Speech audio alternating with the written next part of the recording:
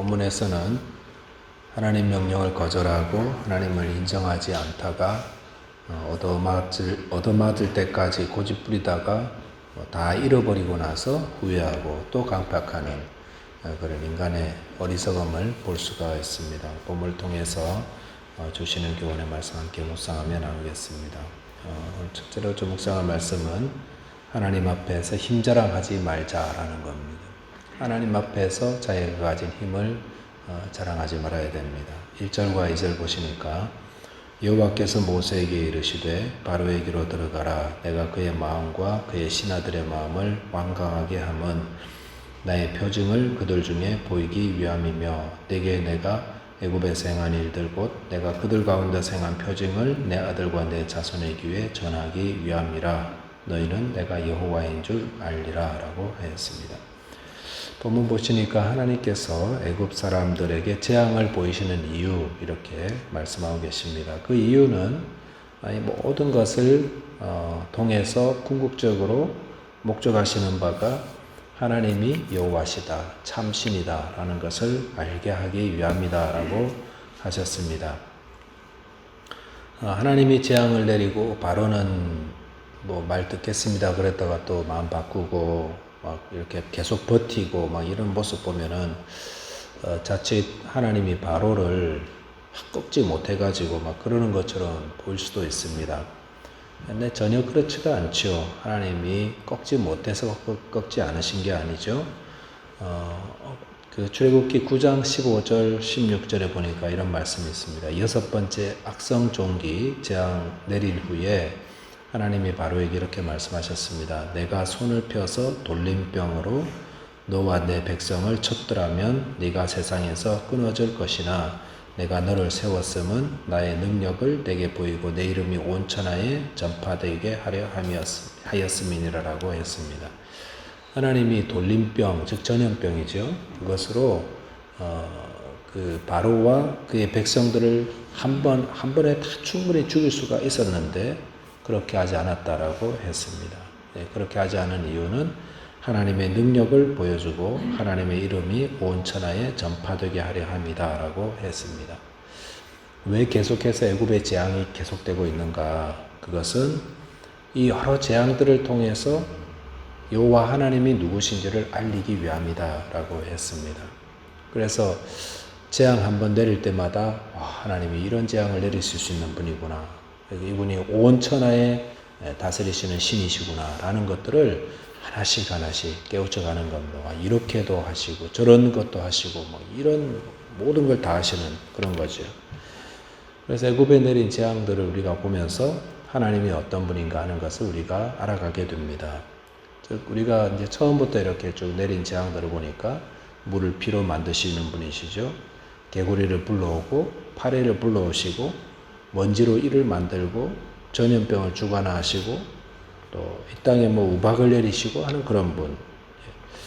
그러니까 출애굽 이렇게 묵상하다 보면서 생각이 드는 거는 오늘도 달이 뜨고 참 달이 이쁘던데요. 달이 뜨고 또 겨울이 다가오고 또 비가 내리고 또 바람이 불고 또 때로는 자연재해가 일어나고 또 재앙이 막 일어나고 이런 것들이 하나님이 하시는 거다라는 것을 다시 한번 생각하게 됩니다. 왜냐하면 이 땅의 모든 것들이 하나님의 허락 없이는 일어나는 것이 없거든요. 다 하나님의 주관하에 일어나는 거거든요. 시편 104편 9절 말씀에 보면 이런 말씀이 있습니다. 주께서 물의 경계를 정하여 넘치지 못하게 하시며 다시 돌아와 땅을 덮지 못하게 하셨나이다 라는 말씀이 있습니다. 이게 보면은 하나님께서 물의 경계를 정했다. 그래서 물이 육지를 덮치지 못하게 하시는 분이다 라는 것을 말씀하십니다.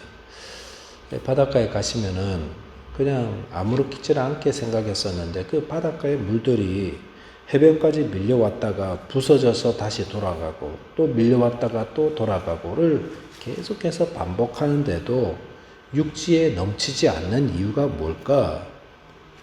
물론 과학자들이 만류 인력 때문에 그렇다라고 생각하는지 모르겠지만 성경은 뭐라고 말하냐면 주께서 물의 경계를 정하였기 때문에 넘치지 못하는 거다. 이렇게 말씀하고 있습니다. 그러면서 그 앞에 시편 104편 7절에 보면은 주께서 꾸짖으시니 물이 도망한다라는 그런 말씀도 있어요. 하나님은 바다의 파도가 해변을 덮치지 못하도록 물의 경계를 정해 놓으셨고 또 혹 위로 솟아오르는 물들은 하나님이 꾸짖어서 도망하게 하셨다. 이렇게 말씀하셨습니다.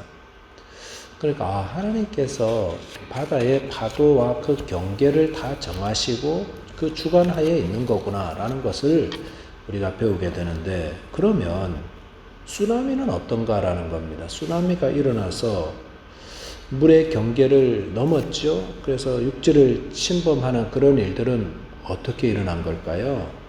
그것은 하나님이 하신 거죠. 하나님이 허락하셨으니까 물이 경계를 넘어서 쓰나미가 일어나는 거 아니겠습니까?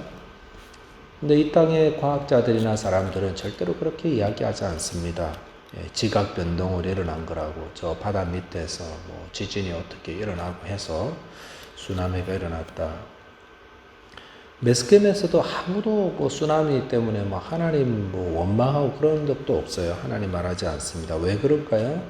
그것은 만약에 하나님이 그 엄청난 쓰나미를 일으킨 분이다, 책임이 거기 있다, 뭐 이렇게 이야기한다는 것은 하나님을 인정하는 꼴이 되는 거잖아요.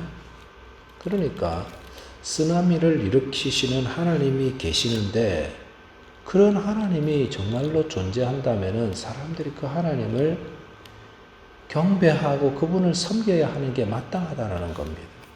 그렇기 때문에 과학자들이나 혹은 사람들은 하나님이 하셨다라고 절대로 인정하지 않습니다. 오늘 본문의 바로왕도 마찬가지죠. 하나님이 이런 바로왕을 어떻게 한다고 했습니까? 마음을 완강하게 하신다라고 하셨습니다.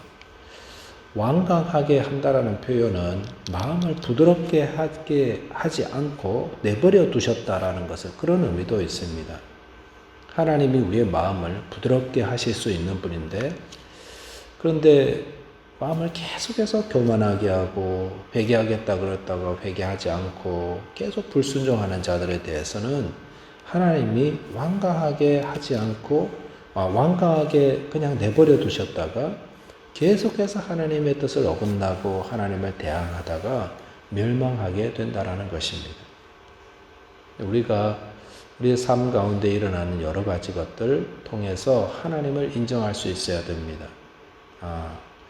지금도 하나님은 이 땅을 창조하시고 그 질서대로 주관하시는 분이신데, 그러니까 이런 권능의 하나님이 하셨습니다. 자기의 힘이나 지혜 이런 거 의지하지 말고요, 하나님을 찬양하고 하나님께 영광과 경배를 올려드리는 게 맞다라는 것입니다. 그리고 나아가서 우리 자신과 우리 자녀들에게도 이런 하나님을 가르쳐서 경배하게 해야 된다. 저와 여러분께서 하나님이 우리의 주가 되시고 이 땅의 모든 것들을 오늘도 주관하고 계심을 다시 한번 묵상하면서 또 이러한 귀한 믿음의 가르침을 믿음의 유산으로 이어가게 되시기를 바라겠습니다. 두 번째는 반복되는 죄는 고통을 가중한다라는 것입니다. 반복되는 죄는 고통을 가중시킵니다.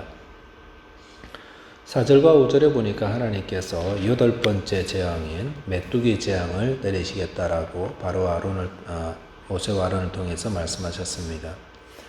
그런데 이 메뚜기 재앙이라는 것은 그 앞에 7번째 재앙인 우박 재앙보다 훨씬 더 치명적인 것입니다. 왜냐하면 우박 재앙 때는 그래도 살아남은 그런 작물들이 있거든요. 밀도 있고 쌀보리 또 이런 것들이 있는데, 이런 것들이 메뚜기 때에 의해서 다 사라지게 될 것이기 때문입니다. 그러니까 밀과 쌀보리 이런 것들은 주식인데, 이런 것들이 다 사라지게 되면은 애굽 사람들의 그 식량이 치명적인 해를 입게 되는 것입니다. 그러니까 바로의 신하들이 그런 거 다 예견하지 않겠어요? 그러니까 바로의 신하들이 그 메뚜기 떼에 대한 재앙을 들었을 때에 7절에 보니까 이렇게 말했죠. 바로의 신하들이 그에게 말하되, 바로와 함께 말한 거죠. 어느 때까지 이 사람이 우리의 함정이 되리까? 그 사람들을 보내소서. 왕은 아직도 애굽이 망한 줄을 알지 못하시나이까? 라고 했습니다. 바로의 신하들이 아주 날카로워졌죠. 예. 애굽이 망한 줄 알지 못합니까? 라고 이렇게 왕에게 막 이렇게 막 공격하잖아요. 왜 그럴까요? 살림살이는 신하들이 다 하는데 지금 우박으로 인해서 애굽의 경제가 엄청난 경제를 타격을 입었는데 거기다가 메뚜기까지 몰려오면은 그 나라는 이끌어가기가 너무 힘들어진다는 것을 잘 안다는 것입니다. 계산이 다 되는 것입니다. 바로의 불순종이 계속될수록 어떻게 되고 있습니까? 애굽은 점점 망가져가고 있습니다. 점점 황폐해져가고 있습니다. 이게 죄의 특징이죠. 죄. 하나님의 명령을 거부하고 하나님 뜻을 불순종하는 자가 그의 삶이 어떻게 되는지는 오늘 바로를 통해서 잘 알 수가 있습니다. 하나님의 손길이 점점점 더 무거워지면서 점점 망해져가는 것입니다. 요나가 하나님의 명을 받았을 때에 하나님이 가라시는 니느웨의 반대 방향으로 가는 배를 탔습니다. 그런데 불순종해서 가는 요나가 탄 배를 하나님이 어떻게 하셨습니까? 풍랑을 일으키셨습니다. 그리고 그 배가 점점 더 어려워졌습니다. 배의 기구들 다 버리고 배를 가볍게 하고 선원들을 죽음의 위협 앞에서 부르짖게 되고 그러다가 하나님을 찾게 되죠. 각자의 신 부르고 마지막에 제비뽑기해서 요나를 바다에 던지기까지 그렇게 했습니다. 바로나 요나나 또 하나님 불순종하는 자들이나 다 똑같다는 거예요. 네. 하나님은 그 자기의 고집과 그 불순종이 꺾일 때까지 계속해서 고통으로 몰아가시는데 빨리 회개하고 돌아오는 게 맞다라는 겁니다. 골로새서 3장 5절 6절 보시니까 그러므로 땅에 있는 지체를 죽이라. 곧 음란과 부정과 사욕과 악한 정욕과 탐심이니 탐심은 우상 숭배니라. 이것들로 말미암아 하나님의 진노가 임하느니라라고 했습니다. 하나님 진노가 어떻게 임한다고요? 땅의 지체가 막 살아서 움직일 때에 하나님의 진노가 임합니다. 음란한 것, 부정한 것, 사욕을 챙기는 것, 악한 정욕들, 탐심, 우상 숭배 이런 것들이 우리를 하나님의 진노로 자꾸 이끌어가게 됩니다. 그러니까 우리의 육체에 땅의 지체를 죽이도록 주님께 도우셔야 됩니다. 도움을 구해야 됩니다. 로마서 2장 5절에서도 다만 내 고집과 회개하지 아니한 마음을 따라 진노의 날 곧 하나님의 의로우신 심판이 나타나는 그 날에 임할 진노를 내게 쌓는도다 라고 했습니다. 회개하지 않으면 진노가 쌓입니다. 평탄하지 못합니다. 그러니까 말씀을 듣고 지혜로운 성도, 겸손한 성도는 자기 안을 늘 살피는 거예요. 자기 안에 있는 죄악들, 아직도 고집 꺾이지 않은 나의 모습들, 이것들을 다 고백하고 바꾸고 하나님 앞에서 자기를 쳐서 복종시키는 그런 자로 살아가는 것입니다. 바로처럼 하면은 망합니다. 자기 안에 죄들을 버리지 않고 회개하지 않으면 망하는 인생 됩니다. 하나님의 심판이, 의로운 심판이 내 안에 진노를 자꾸 쌓아나가는 게 무거워 이게. 저와 여러분에게 오늘도 하나님의 말씀을 통해서 성령께서 말씀하시죠. 내 안에 버려야 될 죄들을 나는 잘 알아요. 성령께서 가르쳐 주십니다.